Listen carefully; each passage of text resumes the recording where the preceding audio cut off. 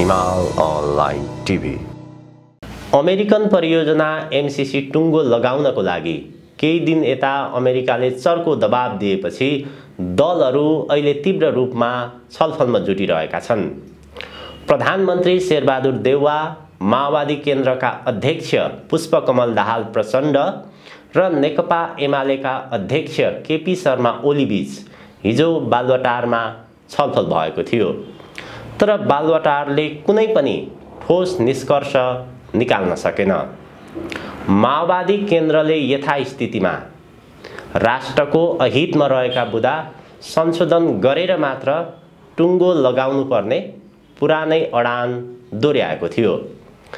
तर एमसीसीका उपाध्यक्ष फातिमा सुमारले हिजै मात्र एमसीसी सम्झौता कुनै पनि हालतमा संशोधन सम्भव नरहेको र पछिल्लो केही महिना यता नेपालका प्रधानमन्त्री शेरबहादुर देउवा, माओवादी केन्द्रका अध्यक्ष पुष्पकमल दाहाल प्रचण्डले मागेको समय सीमा फागुन 16 मै टुङ्गो लगाउनु पर्ने बताएकी थिइन्। अमेरिकन परियोजना एमसीसी के हो? एमसीसीलाई लिएर अमेरिकाले पछिल्लो समय दलहरूमाथि चर्को दबाब दिनुको कारण के हो? यो परियोजना टुङ्गो लाग्छ या लाग्दैन? यी जिज्ञासाहरू हामीले राखेका छौँ त्रिमूल नेपालका अध्यक्ष राजनीतिक विश्लेषक भरत दाहालसँग। पहिलेदेखि चाहिँ त्यो सिआइएका रका एजेन्टहरूले गर्दै आएको कोसिस के हो भन्छ भने इन्डो पेसिफिक र एमसीसी एउटै होइन, सबैले यही भन्दै आएका छन् र यसलाई दुईटा अलग अलग चिज हो भनी देखाएर पारित गराउने र भ्रम सिर्जना गर्ने एउटा षड्यन्त्रको रूपमा यो उनको प्रतिवेदन आएको छ हैन। अब यो मलाई कस्तो लाग्यो पढेपछि सुन्दाखेरि, जस्तो केपी ओलीलाई यो पश्चिमा र इन्डियनहरूले रले के गरायो भन्छ भने चुनावको बेला केरुङ पठायो हैन। अब त्यसबेला नाकाबन्दीको विरुद्धमा अडान लिएको अब केपीको त ठुलो देशभक्त राष्ट्रवादी पोस्टर थियो, केरुङ पठायो चुनावको बेला। अनि चाहिँ उत्तरतिर फर्केर तिब्बततिर फर्केर उनले चाहिँ ठुलो देशभक्तिपूर्ण चाहिँ तपाईको भाषण गरे उत्तरतिर औँला देखाएर र चीनसँग निकट रहेको त्यो चाहिँ अभिनय प्रहसन देखाएर उनले भोट मागी जिते र जितेपछि बहुमत ल्याएपछि उसले आफ्नो काम गराउन सुरु गर्यो। त यो के हो अहिले भन्छ भने एमसीसी आर्थिक विकासको प्याकेज हो र इन्डो पेसिफिक सैन्य रणनीति हो, अथवा अब त्यो पनि सैन्य रणनीति भन्ने पनि यिनले विरोध गर्ने थिएनन्। उनीहरूले त घोषित रूपमा यो बीआरआईको काउन्टरमा हामीले चाहिँ अगाडि बढाएको भनेर दस्तावेजमै लेखेपछि त्यो चीनसँग जोगिनुको निम्ति मात्रै यिनले आइपीएसको विषयमा यिनले विरोध गरेको हो हैन, भित्रैबाट विरोध होइन। अब यो चाहिँ तपाईको इन्डो पेसिफिक र एमसीसीलाई हामीले अलग ढङ्गले बुझौँ भने हामी चाहिँ नराम्रोसँग फस्छौँ। अब एमसीसी उनीहरूको सैन्य रणनीतिको एउटा हिस्सा हो भन्ने कुरा उनको चाहिँ थुप्रै दस्तावेजहरूले चाहिँ स्पष्ट रूपमा किटान गरेको छ। अमेरिकाको नेसनल सेक्युरिटी स्ट्रेटेजी भन्ने एउटा चाहिँ रिपोर्ट हेरेँ हैन, उनको राष्ट्रिय सुरक्षा रणनीति भनेर 2017 मा प्रकाशित भएको एउटा दस्तावेज मैले हेरेँ। त्यसमा के भनेको छ भन्छ भने इन्डो पेसिफिक रणनीति हाम्रो मिलिटरी रणनीतिको सुरक्षा रणनीतिको चाहिँ तपाईको क्षेत्रीय रणनीति हो, अथवा चाहिँ हिन्द प्रशान्त क्षेत्रमा जो एसिया प्रशान्त क्षेत्र छ यो क्षेत्रभित्र अमेरिकनहरूको सुरक्षा रणनीतिलाई अगाडि बढाउनको निम्ति इन्डो पेसिफिक रणनीति सङ्गठित गरियो, उनको त्यो सुरक्षा दस्तावेजले भन्छ। र अब त्यो दस्तावेजले के पनि भन्छ, त्यहाँ भन्छ भने के पनि लेखेको छ भन्छ भने एमसीसी अमेरिकाको राष्ट्रिय सुरक्षा स्वार्थलाई हैन अथवा राष्ट्रिय सुरक्षा रणनीतिलाई अगाडि बढाउनको निम्ति विकसित गरिएको हैन तपाईको आर्थिक कूटनीति हो भन्छ हैन, अथवा अब त्यो पनि उनको के अरे सुरक्षा रणनीतिको एउटा कूटनीति भयो, आर्थिक कूटनीति भयो। भन्नुको मतलब उनले भन्न खोजेको मानिसहरूलाई केही देशहरूलाई चाहिँ आर्थिक प्रलोभनमा लालच देखाएर हैन उनले आफ्नो चाहिँ फौजी रणनीति चाहिँ हासिल गर्ने, फौजी चाहिँ रणनीति चाहिँ अगाडि बढाउने हिसाबले एमसीसी अगाडि बढाइएको भनेर उनको दस्तावेजमा लेखेको छ र एमसीसीलाई तपाईको आर्थिक कूटनीति फौजी रणनीतिको आर्थिक कूटनीति भनेर प्रश्न भनेको छ। दोस्रो कुरा अब तेस्रो कुरा अमेरिकाका मन्त्रीहरूदेखि जस्तो नेपाल आएका मन्त्री अथवा चाहिँ भियतनाममा गएर पनि बोले 2019 भियतनाममा पनि बोले अमेरिकन दूतावासले पनि वक्तव्य निकाल्यो कि एमसीसी इन्डो पेसिफिक रणनीतिको अङ्गको रूपमा चाहिँ यहाँ आएको हो भनेर उनले स्पष्ट रूपमा बोलेका छन्। तेस्रो कुरा। चौथो कुरा अब यहाँ यिनको सम्झौताले के भन्छ भने यो सम्झौता अगाडि बढेपछि सबै एमसीसीको कानुन चाहिँ लागू हुन्छ भन्छ, नियमहरू लागू हुन्छ भन्छ।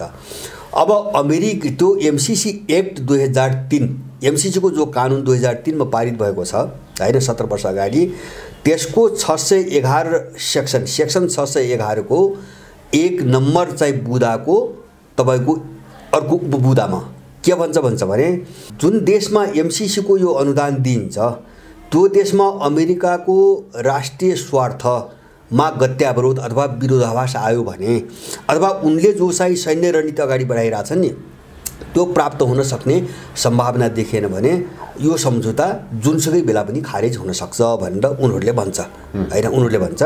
र पाँचौं कुरा एमसीसी को अहिलेको सीईओ वर्तमान सीईओले स्पष्ट रूपमा के भनेको छ भन्छ भने इन्डो पेसिफिक रणनीति बीआरआई को काउन्टरमा चाहिँ विकास गरिएको हो अथवा चीनको बीआरआईलाई अगाडि बढ्न नदिनुको निम्ति रोक्नुको निम्ति यो विकास गरिएको हो भनेर अहिलेको सीईओले स्पष्ट रूपमा एउटा टेलिभिजन अन्तर्वार्तामा भनेको छ। माने यो सबै कुराले एमसीसी र इन्डो पेसिफिक चाहिँ तपाईको रणनीति फरक हो भन्ने कुरा कहाँ देखाउँछ हैन, जबकि उनीहरूको आधिकारिक अमेरिकाको केन्द्रीय सरकारले हैन जो सुरक्षा रणनीति भनेर दस्तावेज ल्याएको छ पैसाको लालच देखाउने एजेन्टहरूलाई पैसा खुवाउने त्यो देशभित्र घुस्ने र चाहिँ आफ्नो सैन्य चाहिँ योजना चाहिँ लागू गर्ने हिसाबले आएको हुनाले अब यो एमसीसी र इन्डो पेसिफिक रणनीतिलाई अलग हुन् भन्ने हिसाबले जो प्रस्तुत गर्न खोजिरहेछन् नि यिनीहरू अत्यन्तै खतरनाक अपराधीहरू हुन् र यिनी पुरै सीआई र रबाट परिचालित मान्छेहरू हुन्। यसमा भ्रम पर्नु हुँदैन र हामीले यस दुईटै फरक किसिमले हेर्यौं भने हामी फस्छौं। र त्यसमा पनि थप मेरो कुरा के छ भन्छ भने नेपालको भूराजनीतिले नेपालको यो अहिलेको भूराजनीतिले जुन भूराजनीतिभित्र स्पष्ट रूपमा संसारका सबै शक्ति राष्ट्रहरूको एउटा स्वार्थ चाहिँ तपाईको उग्र भएर गएछ। यहाँ आउने कुनै पनि विदेशी परियोजना प्रोजेक्टहरूलाई हामीले चाहिँ उनको रणनीति भन्दा बेग्लै हेर्यौं भने हामी फस्छौं। आर्थिक रूपमा मात्रै हामीले हेर्न हुँदैन अनि कुनै पनि कोणबाट होला कुनै चाहिँ त्यस्तो खालको जस्तो उनका शर्तहरू छैनन्, उनका नियम कानुन मान्नुपर्ने बाध्यता छैन अथवा चाहिँ हामी कहाँ आएर उनीहरूले समानान्तर सत्ता बनाउन कोसिस गरेका छैनन् भने त्यो छुट्टै कुरा हो, त्यो व्यापारिक स्वार्थ मात्रै हुन सक्छ, त्यो सबैको हुन्छ। तर एमसीसीलाई छिराउन लागिरहेछन् हैन, एमसीसीलाई अलग देखाएर मैले भने नि अब अलग किन देखाउन खोजे जस्तो इन्डो पेसिफिकलाई त उनीहरूले घोषित रूपमै यो चाहिँ चीनको बीआरआई को विरुद्धमा चाहिँ अगाडि बढाइएको भनेको हुनाले चीनसँग चाहिँ देखिनुपर्छ भनेर मात्रै आईपीएस गलत हो भने लेख्या उनीहरूले हैन। अब आईपीएसबाट चाहिँ एमसीसी अलग हो भनेर पारित गरिदिसकेपछि त त्यो विरोधको त अर्थ भएन नि त हैन। विरोधका बावजुद अमेरिकनहरूले चाहिँ तपाईको एमसीसी मार्फत आफ्नो फौजी रणनीति अगाडि बढाउन त पाए हो, त्यो वातावरण बनाउनको निम्ति यिनीहरू गरिरहेछन्। त्यो चाहिँ त्यहाँभित्र जो विरोध भइरहेछ नि त्यसमा आँखामा छारो हाल्ने कुरा मात्रै हो।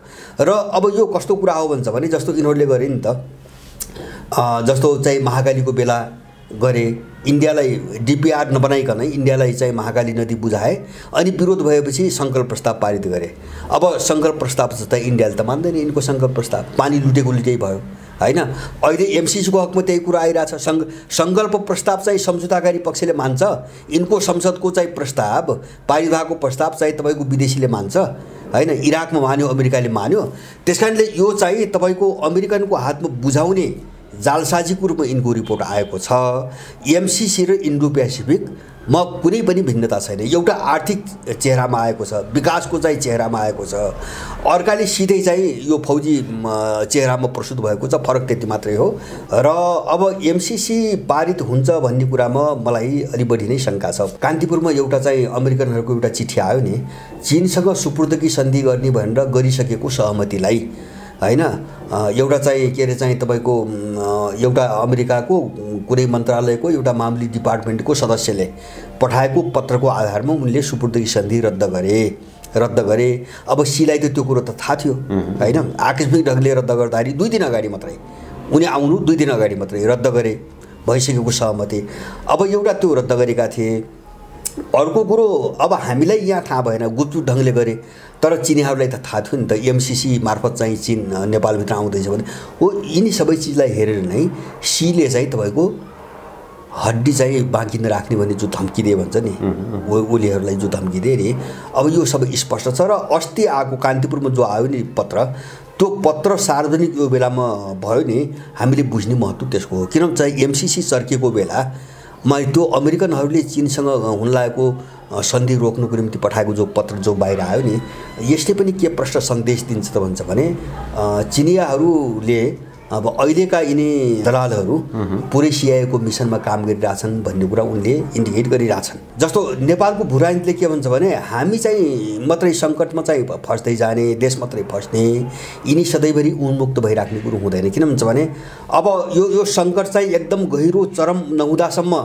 यिनले आफ्नो मुकुण्डो लुगाएर चाहिँ जोगिन सफल भए हैन जोगिन मात्र जब वार पारको स्थिति आउँछ नि त जस्तो कुनै पनि लडाइँ के हुन्छ भन्छ भने एउटा पोइन्टमा गए त त्यो वार पार हुन्छ वार पारको अवस्थामा जान्छ अब त्यो बेला यिनीहरूले आफ्नो पोजिसन क्लियर गर्नुपर्छ यिनीहरू पनि लुकेर बस्न सक्ने स्थिति हुँदैन अहिले यिनलाई भएको त्यति हो हैन जस्तो यत्रो चाहिँ तपाईँको अब जस्तो यत्रो चाहिँ यिनीहरूलाई लगानी गरेको छ जस्तो तपाईँको मैले त एमालेकै कुरा गर्नु छ भने जस्तो अहिले केपी ओलीको ग्याङ लागिरहेछ नि अब यिनले चाहिँ 30औं वर्षदेखि एनजिओको नाममै एमालेलाई जसरी पालेर राखे नि त्यसको चाहिँ प्रतिफल त उनले खोज्नु भयो नि आज किन यो त सबै पश्चिमाहरूको चाहिँ तपाईँको जासुसहरूको ज्ञान हो जति पनि एनजिओ भनी छन् यहाँ एमाले चलाएका त्यो त सबै पश्चिमाहरूको काम गर्ने चाहिँ जासुसहरू हुन् तिनी अब त्यो लगानीदेखि लिएर तपाईँको आफूलाई अनुकूल नहुने मान्छेहरू यति मारे यिनले हैन मदन भण्डारी मारे वीरेन्द्र मारे हैन 10 वर्ष त्यत्रो युद्ध गराएर चाहिँ 17,000 नेपाली मारे यो सबै काममा त यिनीहरू प्रयोग भएका छन्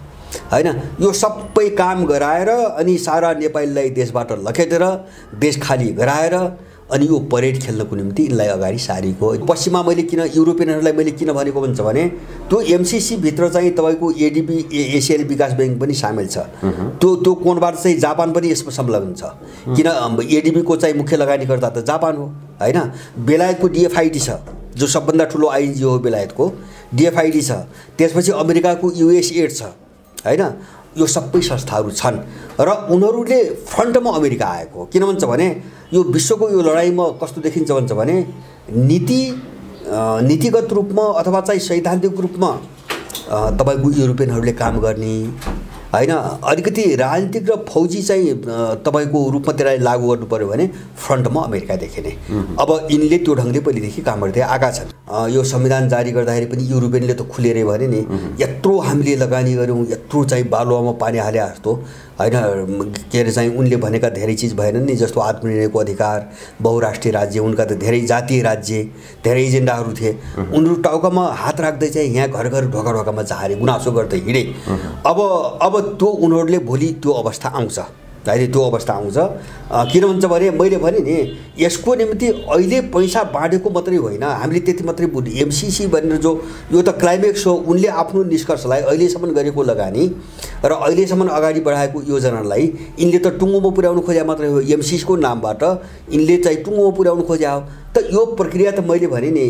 एमालेहरूको एनजिओकरणदेखि लिएर यहाँभित्र भएका ठुल्ठुला हत्याकाण्डहरू यो अर्थतन्त्रको चाहिँ तबाही बर्बादी नेपालीहरूलाई देशबाट निकाल्ने यो प्रक्रिया देश खाली गर्ने प्रक्रिया नागरिकता ऐनको नाममा विदेशी भर्ने प्रक्रिया यो सारा चिज त हुँदै आएको थियो नि त यो सबै चिज चाहिँ तपाईको एकदम शून्य बनाएर उनको प्रतिरोध हुन सक्ने सबै बाटाहरू बन्द गरिकन अहिले ठ्याक्कै यिनी अपराधीहरूलाई प्रयोग गरिकन उनले हान्न खोजेको हो अमेरिकनहरूले हान्न खोजेको हो र यसमा चाहिँ अब सबैभन्दा ठुलो इन्ट्रेस्ट अमेरिकनको हो त्यसमा सत्यता छ किन भन्छ भने सबभन्दा चर्को लडाइँ त उसेको छ नि त चीनसँग हैन चीन र रुससँग चाहिँ अब उसले त आफूलाई सुपर पावर भन्छ लडाइँ त उसको छ हैन उसकै नेतृत्वमा युरोपियनहरूले काम गरिरहेछ तर अब अमेरिकन मात्रै छैन युरोपियनहरू पनि संलग्नताको हिसाबले किन भन्छ भने अब त्यो संलग्नता उनको किन छ त भन्छ भने अहिलेसम्मको विश्व राजनीतिमा शक्तिको हिसाबले सभ्यता र संस्कृतिको हिसाबले अथवा चाहिँ आर्थिक हिसाबले त पश्चिमाहरूको वर्चस्व छ विश्वभरि अहिले पनि विश्वको राजनीतिलाई ह्यान्डल त पश्चिमाले गरिरहेछ अब त्यो चाहिँ तपाईको खत्म हुने दिन हैन अमेरिकाको हात मात्रै बाँचिदैन कि युरोपियनको हात पनि बाँचिन्छ र यो सबै चीज पूर्वले लिन्छ एसियाले लिन्छ त्यसकारण यसलाई रोक्नुको निम्ति युरोपियन अमेरिकनहरू एक ठाउँमा छन् त्यो फ्रन्टमा मात्रै बढी स्वार्थ अमेरिकाको देखिएको हो। नेपालको भू राजनीतिलाई हामीले कसरी बुझ्ने हो भन्छ भने जस्तो अहिले बाहिर देखिँदाखेरि एकातिर चीन अर्कोतिर अमेरिका, विश्वको लडाइँ त यो दुईटा पोलबाट चलिरहेछ हैन। अब अमेरिकाको नेतृत्वको वरिपरि युरोपियनहरू छन् हैन। अब चाहिँ तपाईको चीनको चाहिँ तपाईको ध्रुवको वरिपरि रसिया, इरान, उत्तर कोरिया लगायतका थुप्रै देशहरू छन्। अब यो नेपालको भू राजनीति तपाईको जटिल किन भयो, डरलाग्दो किन भयो त भन्छ भने अब पश्चिमाहरूको निम्ति अब चीनलाई चाहिँ खतम नगरिकन पछाडि नधकिलिकन उनको वर्चस्व अब सधैँको निम्ति गुम्ने खतरा आयो। अब त्यो काम गर्नुको निम्ति नेपालभन्दा उपयुक्त अन्तर्राष्ट्रिय जमिन अर्को छैन। किन भन्छ भने उनीहरूको मुख्य चाहिँ तपाईँको उद्देश्य तिब्बत विभाजन गर्ने हो हैन। तिब्बत कब्जा भयो भने चीन चाहिँ तपाईँको खत्तम हुन्छ, पुरै चाहिँ पछि हट्नुपर्छ। किन स्रोत साधनको हिसाबले पनि तिब्बत संसारको चाहिँ तपाईँको अथाह भण्डार हो, अहिले पनि अथाह भण्डार हो। र सामरिक हिसाबले पनि सायद मानव बस्ती भएको सबभन्दा अग्लो पठार हो तिब्बत। संसारको चाहिँ पृथ्वीकै सबभन्दा अग्लो पठार पनि हो। अब त्यहाँबाट संसारलाई पुरै चाहिँ निगरानी गर्न सकिन्छ। अब यो महत्त्व उनले देख्या हुनाले अब दलाई लामा उनको हातमा छ। नेपालभित्र चाहिँ हजारौँको सङ्ख्यामा तिब्बती शरणार्थीहरू छन् र अब तिब्बतभित्र प्रवेश गर्ने, आवजावत गर्ने नाकाहरू भएको एकमात्र देश नेपाल हो। अन्तबाट यो भूगोल, यो यति सजिलो भूगोल उपलब्ध छैन। त्यो कारणले उनले चीनलाई समाप्त पार्नुको निम्ति नेपाल छानेको हो। अब त्यस कारणले अब यहाँ के आयो भन्छ भने अब पश्चिमाहरूको यो डिजाइनलाई छुट दिने, अनुमति दिने चीन सिद्धिन्छ। त्यो त उनीहरूले बुझेका छ हैन। अब यो काम सम्पन्न नगर्ने प्रतिस्पर्धाबाट मात्रै पनि सकिन्न, पश्चिमाहरूको वर्चस्व सकिन्छ, सधैँको निम्ति साम्राज्य डुब्छ, अस्ताउँछ हैन। त्यसकारणले उनीहरू नेपाललाई जसरी पनि गिजोलेर हैन चीन विरोधी अखाडाको रूपमा परिणत गर्ने मिसनमा छन्, जुनसुकै मूल्य चुकाएर पनि।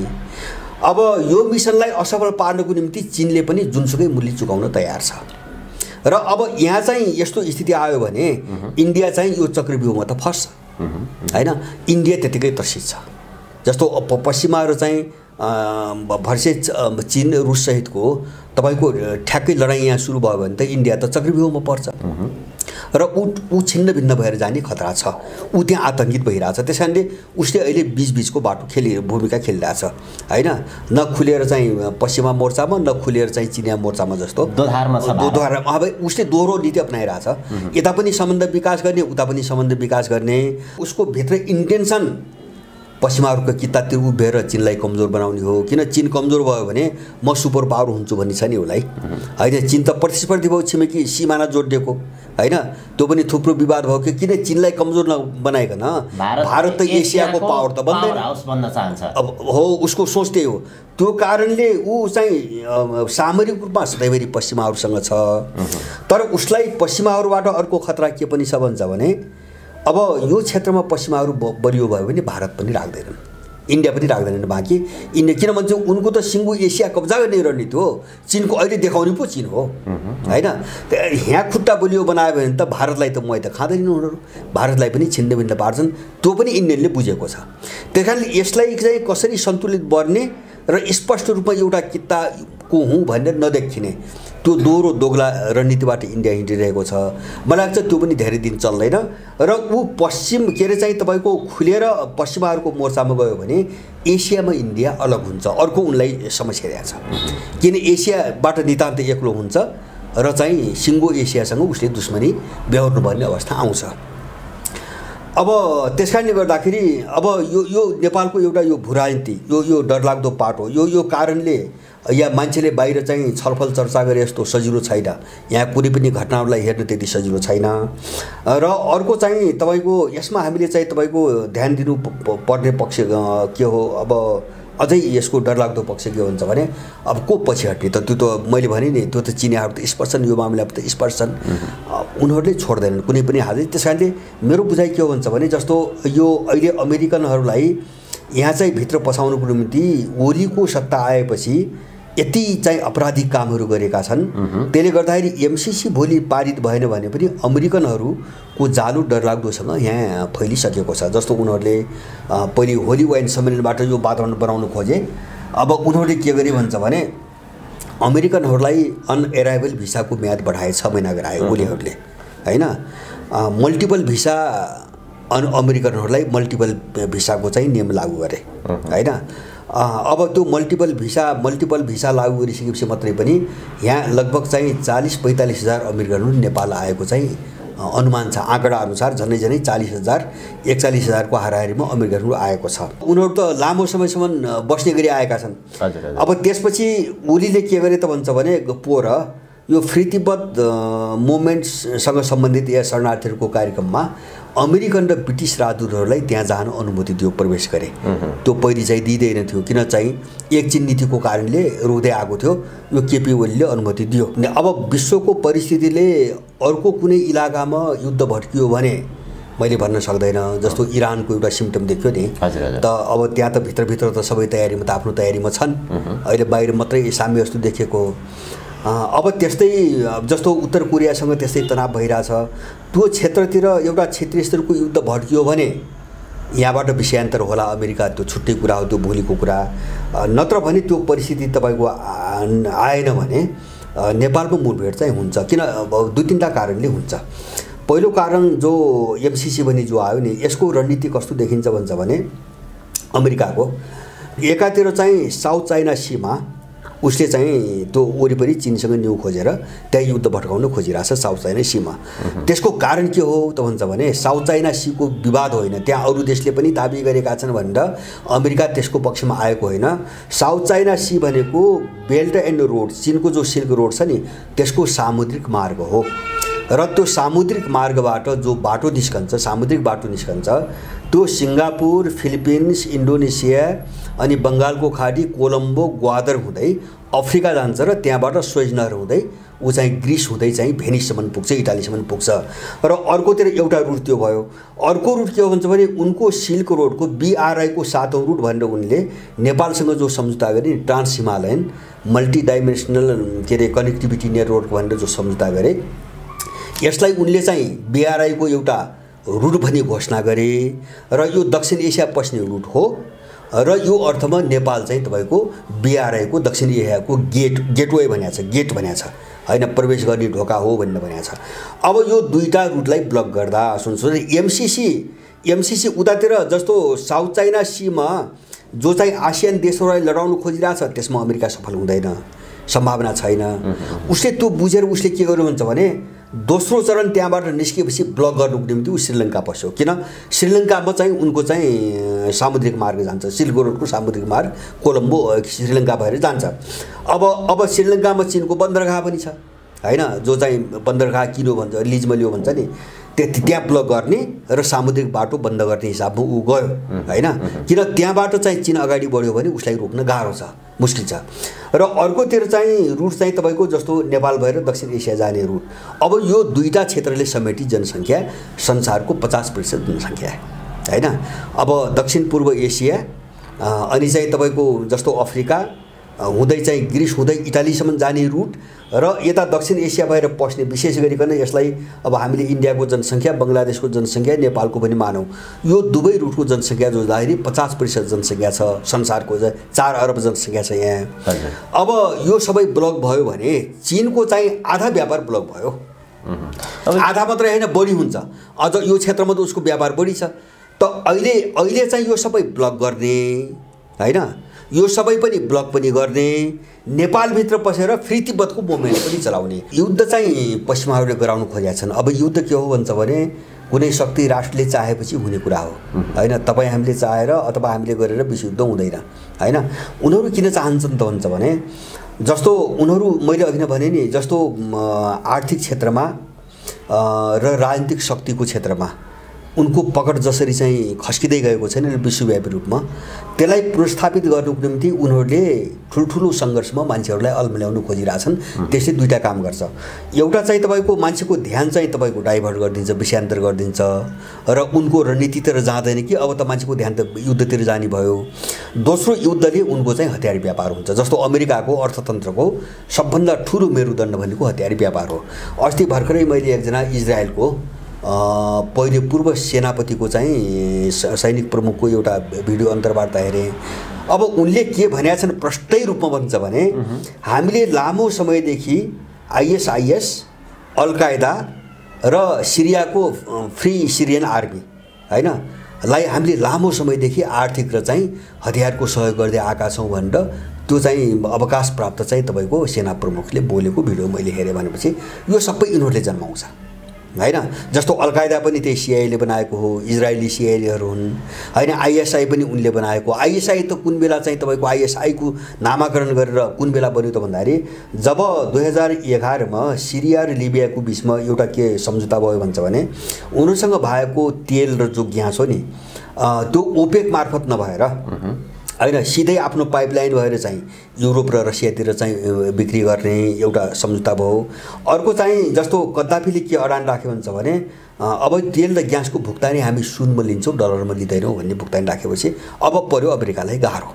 हैन अनि चाहिँ अब त्यसको चाहिँ मूल ठाउँ चाहिँ केन्द्रबिन्दु सिरियाबाट त्यो काम सुरु हुने भयो त्यसैले अब सिरियामा आक्रमण गरेर उसलाई रुम्ल्याउनुको निम्ति उसले आइएसआइएस जन्मायो र तपाईको चाहिँ 2013 बाट आइएसले चाहिँ सिरियामाथि आक्रमण सुरु गर्यो सबै उनीहरु बनाउँछन् हैन जस्तो चाहिँ मुजाहिदिन पनि उसैले बनाउँछ किन उसले हतियार पनि उही दिन्छ तालिम पनि उही दिन्छ अब त्यो लडाई भयो भने हतियार पनि उही बेच्छ हैन नत्र त उसको अर्थतन्त्र चल्दैन यो सबै रणनीतिको निम्ति उनीहरुले काहीँ न काहीँ युद्ध भट्काउन खोजिरहेछ धेरै प्रयास गरिरहेछ जस्तो सुलेमानीको हत्या त्यही हो सुलेमानीको हत्याबाट इरान उत्तेजित भएर एउटा क्षेत्रीय युद्ध किन भन्छ भने अब त्यहाँ त इरानसँग लडाउने त अरु देश छन् नि त उसका जस्तो इजरायल छ साउदी अरब छ संयुक्त अरब इमिरेट छ कुवेत छ अब इन देशलाई लडाई पुग्ने भयो त्यहाँ त त्यसैले इरानलाई युद्धमा तान्नको निम्ति उसले त्यो हत्या गरेको हो हैन तर अर्को पक्षले त बुझ्याछ नि त अमेरिकाको चाहिँ नियत के हो भने त बुझ्याछ त्यसैले अहिले चाहिँ त्यो एउटा दीर्घकालीन रणनीति बनाउनको निम्ति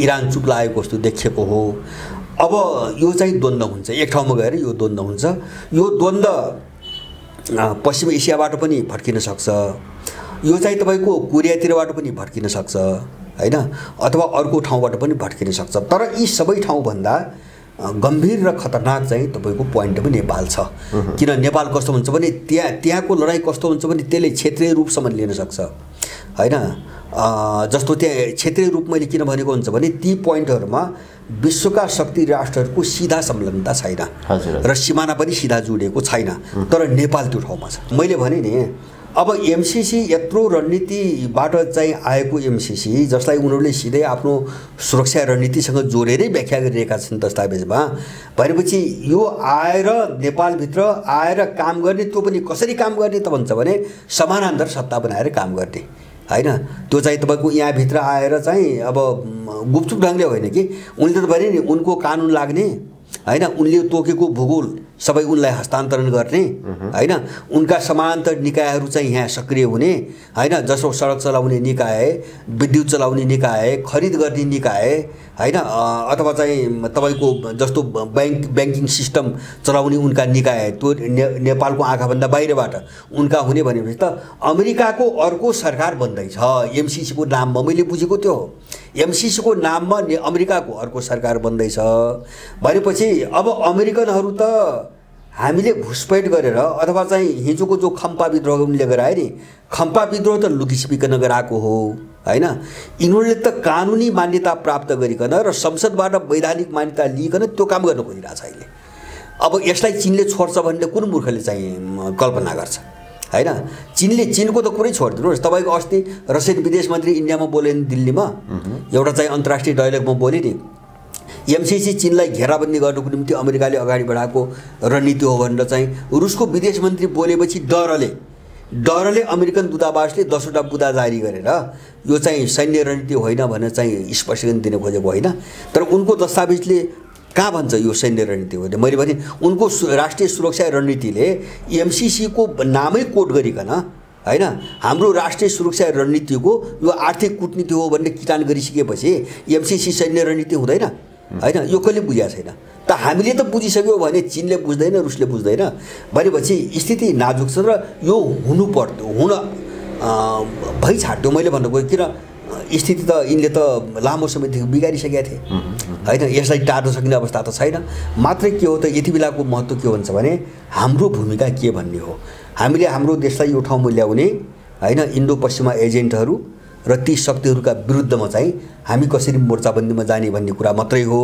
र अब समय र परिस्थिति सबै आकलन गर्दा विश्वको सबै तस्बिर हेर्दा मलाई के लाग्छ भन्छ भने यिनीहरू सफल हुँदैनन्, किन विश्वको विकसित ट्रेन्डले त्यो भन्दैन। जस्तो चाहिँ ट्रेन्डले के भन्छ भने पश्चिमा शक्तिले चाहिँ यो जो राइजिङ उदाइरहेको शक्ति छ नि हैन, यसको सामना गर्न सम्भव देखिँदैन। किन हुन्छ भने यो अमेरिकाले यो गएको वर्षदेखि 1 वर्ष यता जो व्यापार युद्ध भनेर अब चिनिया सामानमा कर लगाउने गरिरहेछ नि, त्यसका बावजुद पनि उनको व्यापार बढेकै छ। र त्यो नाकाबन्दी अथवा चाहिँ कर के अरे बढोत्तरीबाट त्यो जति नोक्सान बेहोरेको छ त्यो अमेरिकाले बेहोरेको छ, एउटा कुरा। र उसको त्यो निर्णयसँग युरोपियनहरू पनि पुरै सहमत हुन सकिरहेछन्, उनीहरू पनि डराइरहेछन्। भनेपछि अमेरिका अहिले चाहिँ पुरै रक्षात्मक अवस्थाबाट गइरहेछ र त्यो रक्षात्मक अवस्था पनि एकदमै नाजुक, अब आफू ढल्ने हो कि भन्ने अवस्थामा पुगेपछि त जस्तो मर्ने बेला चाहिँ तपाईँको के अरे मान्छेले शरीर पुरै तन्काउँछन् भन्छन् नि, अब समाप्तै हुने बेला त अन्तिम शक्ति त लगाउनु पर्यो अब हैन। अरू दाउपेचबाट काम गरेर पनि अन्तिम ताकत त प्रयोग गर्नु पर्यो। हो, त्यो अन्तिम ताकत हो एमसिसी यो क्षेत्रमा किन उनले धेरै कोसिस गरे। जस्तो दोकलाम घटना घटाए, उनले घटाएको हो हैन। उनले चाहिँ तपाईँको के अरे पुलावा भन्ने घटना घटाए हैन, इन्डिया र चाहिँ पाकिस्तानले लडाउनुको निम्ति हैन, इन्डिया र चीन लडाउनुको निम्ति कोसिस गरे। काश्मीरमा हातमा हाल्न लगाए पाकिस्तानसँग भिडाउनुको निम्ति, जम्मू काश्मीरमा त्यो धारा निलम्बन गरेर जो चाहिँ स्वायत्तता हरण गरे नि इन्डियनले, अब धेरै कोसिस गरे, कहीँ पनि सकेनन्। त्यसैले यिनको यो अन्तिम प्रयास हो। र यहाँ असफल भए भने अमेरिकनहरूको विश्वव्यापी छवि अत्यन्तै चाहिँ नराम्रोसँग चाहिँ स्खलित हुन्छ, भत्किन्छ, विश्वास भत्किन्छ र उनीहरूको भागदौड सुरु हुन्छ। र त्यो सम्भावना नै सबैभन्दा प्रबल देख्छु मैले अहिले।